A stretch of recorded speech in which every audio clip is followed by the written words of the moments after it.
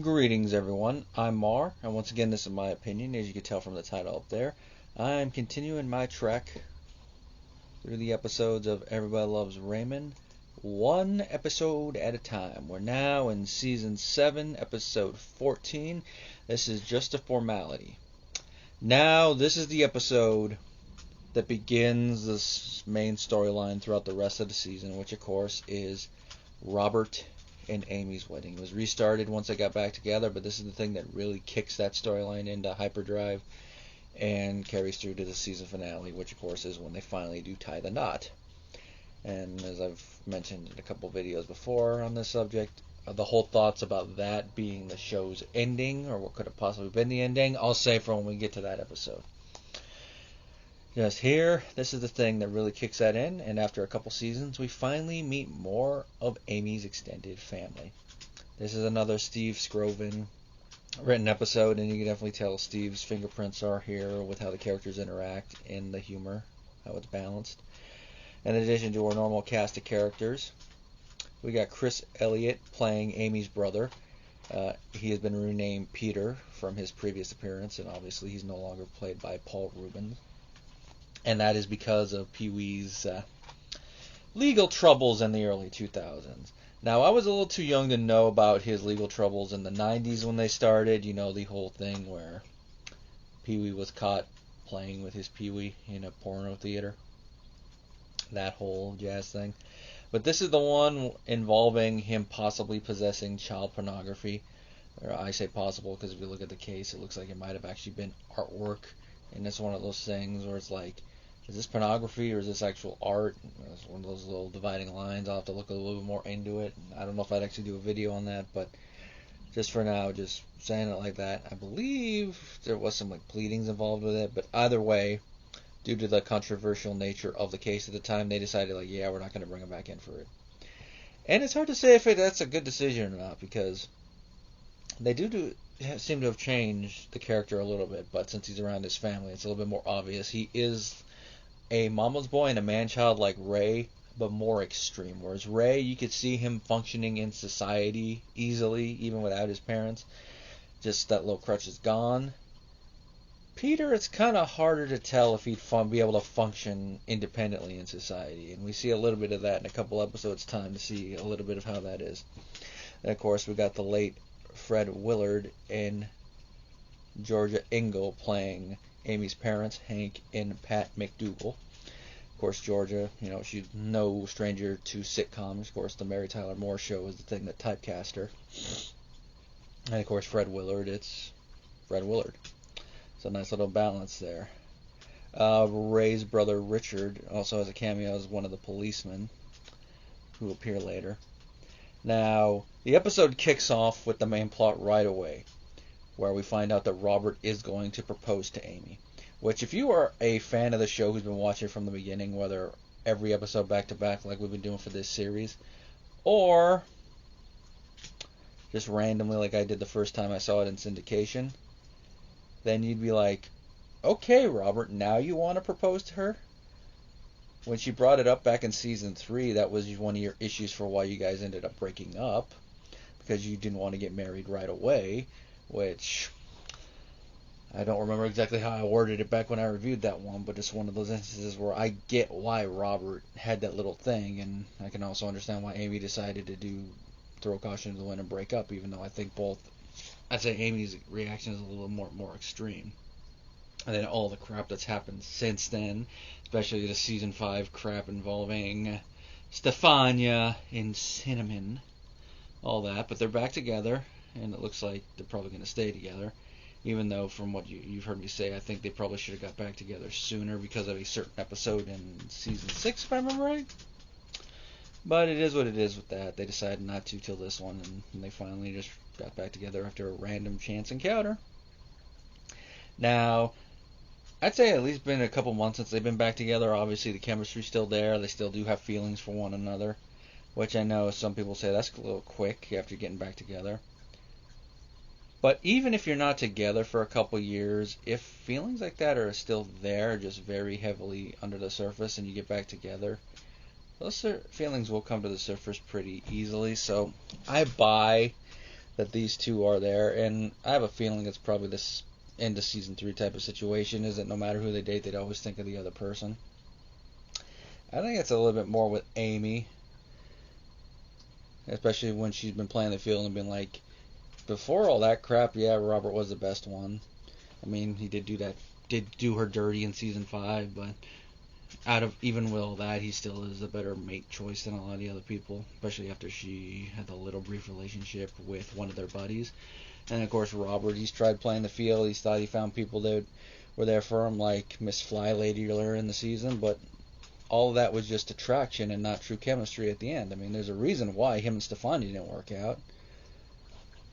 I mean, we've covered it all before, so they are perfect for each other. And of course, because of that, Robert decides, he's going to marry her, or wants to marry her. Now, the first thing he decides he has to do is go to Pennsylvania and bring it up with Amy's parents. Now, I get why they did this as an episode thing, but this is one thing where I'm like, really? We're still talking about this?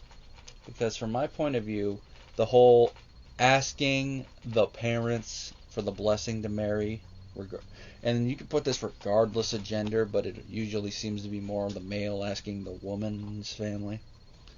So, I'm just addressing that you could click any gender, any sexual orientation in there, but it seems primarily to be hetero, male to female family.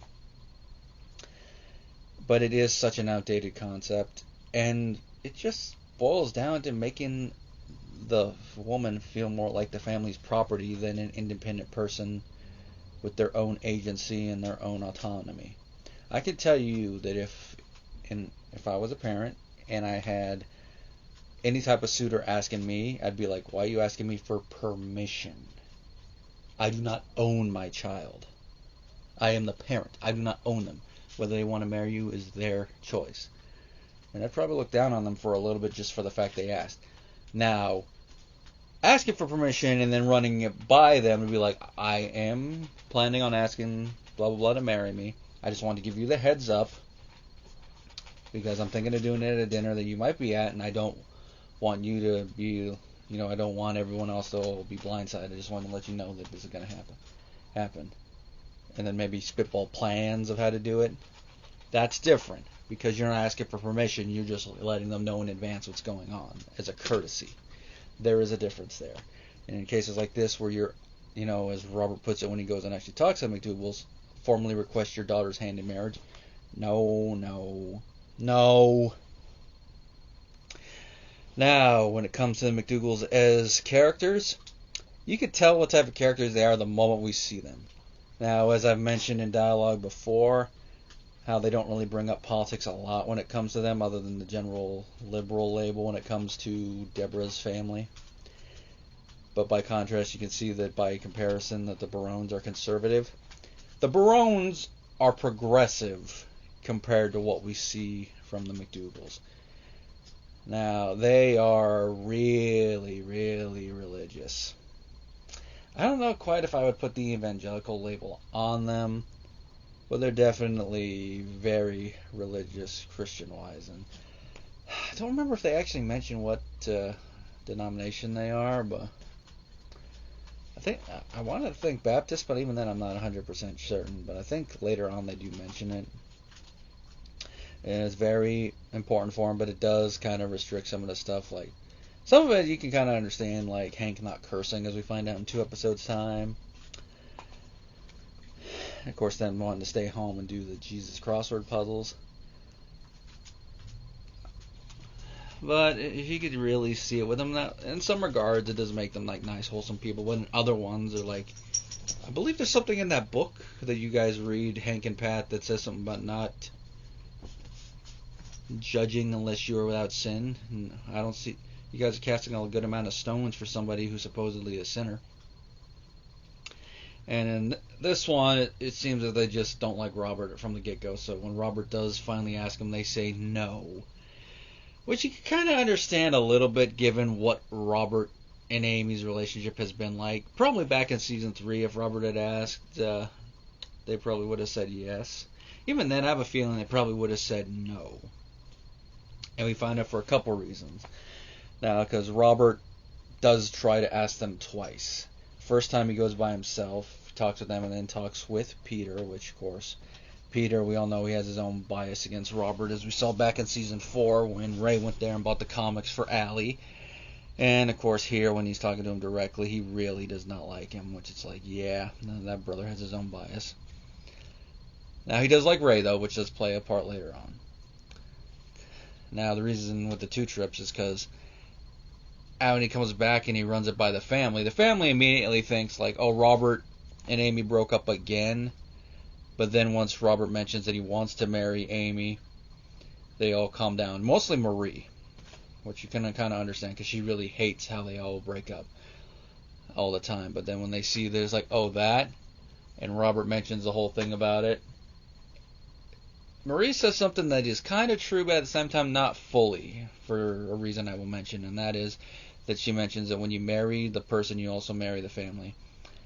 That is not always 100% true, because there are times, and this is mainly from looking on Reddit and all that, where when you get married, you don't really marry the family because you cut the family off for whatever reason. My favorite is a TikTok account I follow where, because the mother being a controlling, insert whatever word you want to here, and just not letting her son go. Why does that sound familiar, actually, that part? Both of them went no contact after they had children. The mother's still trying to pull crap with it. Situation like that where you have to go into no contact with a toxic family member, you don't really marry that family member.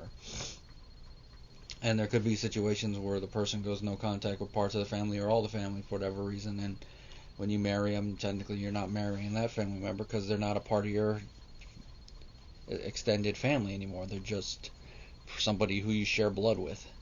No, I think it was Bihan in Mortal Kombat 9 that said, we share blood, we are not brothers, that type of thing.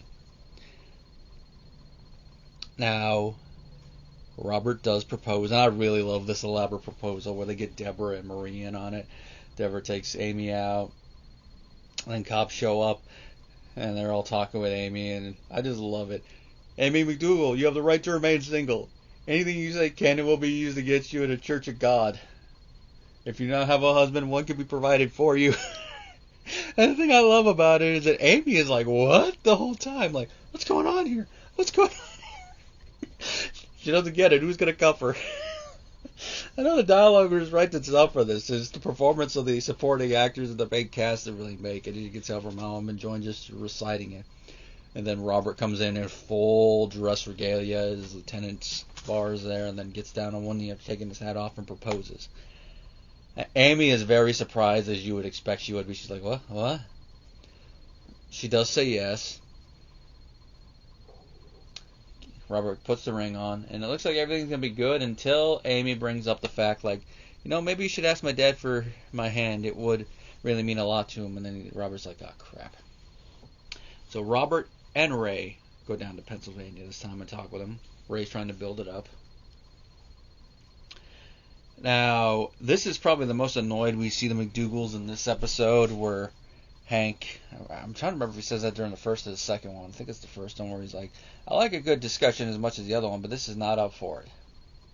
Yeah, okay, if you say so. It doesn't look like it's going to go anyway, and then Peter comes in and sabotages the whole thing. I mean, he's nice to Ray at first until you see Ray is backing up his brother, which leads to probably one of Peter's best lines in the episode.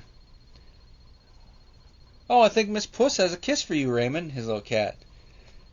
Hi, Mrs. Puss. There's so much you can read in that line. But you could say that he's trying to say Ray is pussy whipped. You could say that Ray's being a kiss ass. There's so much ways you could say. And then, of course, Peter starts dropping truth bombs about Robert, like mentioning that he is divorced. Before the other ones, I think that's the big thing that probably would be a point of contention for the McDougalls, saying that they approve of Robert marrying their daughter. And that's because of how religious they are. Not saying all super religious people are like this. I mean, my late grandmother, well, technically both of them, were married and divorced. No, were married and divorced. My paternal one married and divorced twice and had a child out of wedlock, to use the old term, as well. My maternal grandmother was married and divorced. She was married twice and divorced once. almost divorced twice. But, in quote, lived in sin with another man in between marriages for years. So stuff like that. It seems it's more like a extremist religious position to really look at divorce as negative like that. And in certain circles, an older school tradition. Like we've seen Marie mention that she was brought up to believe it's a sin to divorce, as she put it. Now, Peter does drop more of the big guns, like the season 5 scenario, and then Robert tries to fight it, which is like, that's not really something you could fight in front of the parents, because that's something where if Hank was a little bit more emotional, he'd be like, alright, you two can see yourself out now. See yourself out now before I have to. That'd probably be something where I'd be like, out. Because something like that probably would really piss me off. Like, really? You want to marry my daughter when you had previously two-timed her? You son of a bitch. Now, the next one is definitely playing to their religion and the old school mentality, and that is when Peter drops the bomb about Robert taking Amy's virginity. And I have to say, Fred and Georgia play this amazingly. Their reaction is how you would expect religious old school parents to react when they heard that the man who wants to marry the daughter years prior had taken her virginity when they thought that she was still a virgin. And I just love how Chris plays this when he's like, her virginity, Mama, her virginity, stop saying it. And there's a reason that scene ended up in a couple of the hype packages for the wedding episode and other stuff. It's like, oh, great. But of course, the McDougalls still do not approve and all that. Which of course means Ray and Robert have to make their way back to New York, and Robert at first is giving Amy the bad news, like they said no, they don't approve of me, of my past. They just want what's best for you, and I'm sorry. Now, of course, it looks like, oh no, they're going to break up again, but Amy puts her foot down, like, no, I want to get married. I do not care if they do not approve. And she says a line that you can read a lot into based on the history of the show and what we've seen from McDougall so far. My parents will come to love you the way your parents do. Just from the Barone side, there's a lot to unpack there. Like, Alright. So, Amy and Robert are engaged as the episode ends. And they're going to go through with the wedding with her parents not approving. So we got the rest of this season to find out how her parents are going to react, which we're going to get the initial 1 and 2 episodes time from this, and for them to come to terms with the wedding. And of course, since there's 2 more seasons after this, Hank and Pat will become semi-recurring guest characters, kind of like how before the divorce, Deborah's parents were recurring guest characters. And I'm trying to remember, without going into notes and all that, when the last time we saw Deborah's parents in this show. I don't know, I think it was a little bit after the divorce or the divorce episode, but I know we're going to see him again in the last season, which that would be an interesting episode to talk about, because that's one of the few episodes I remember from that season. But oh yeah, that'll be fun to talk about once we get there. There's not really much else to go over this episode, not really a lot I don't like about it. It's not really in the skip category for me unless I'm just not in the mood to watch the episode. And it's usually been if I'm not in the mood to watch like something with a lot of religious BS in it. And that's mainly with the Hank and Pat moment. But if I'm in for a good laugh, especially one involving secrets being told to new characters, then definitely up there. Definitely show people if you're just showing random episodes and you want to show, oh, by the way, this is Amy's family. Or if you're just showing them the whole Robert-Amy relationship, showing all the highlight episodes. And of course, that's really all I have to say about this episode. Next time, it's going to be an episode that's kind of a breather when it comes to this big storyline. Kind of a little bit filler when you look at it in the grand scheme of it, but it is another good episode. One that definitely could have been in any season of the show, but it makes a lot more sense this far into it because of how old the kids are now. So you can start playing with the twins a little bit more with this type of episode. And in the next couple seasons, we're going to get more episodes like this.